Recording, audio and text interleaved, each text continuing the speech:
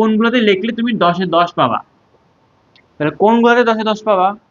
যেগুলোতে ম্যাথ আছে। ম্যাথ থাকলে অ্যান্সার ঠিক থাকলেই তো হয়েছে। এখানে তোমাকে মার্ক কমানোর কোনো সুযোগ নেই। তো সবার আগে দেখবা ম্যাথ কোথায় আছে, যেটায় ম্যাথ আছে সেই কোশ্চেনগুলো আগে বাঁচবা। এরপর দেখবা কোথায় চেকার বোর্ড আছে। কি আছে? চেকার বোর্ড আছে। মনে করো চ্যাপ্টার 11 থেকে কিন্তু চেকার বোর্ড দেয়।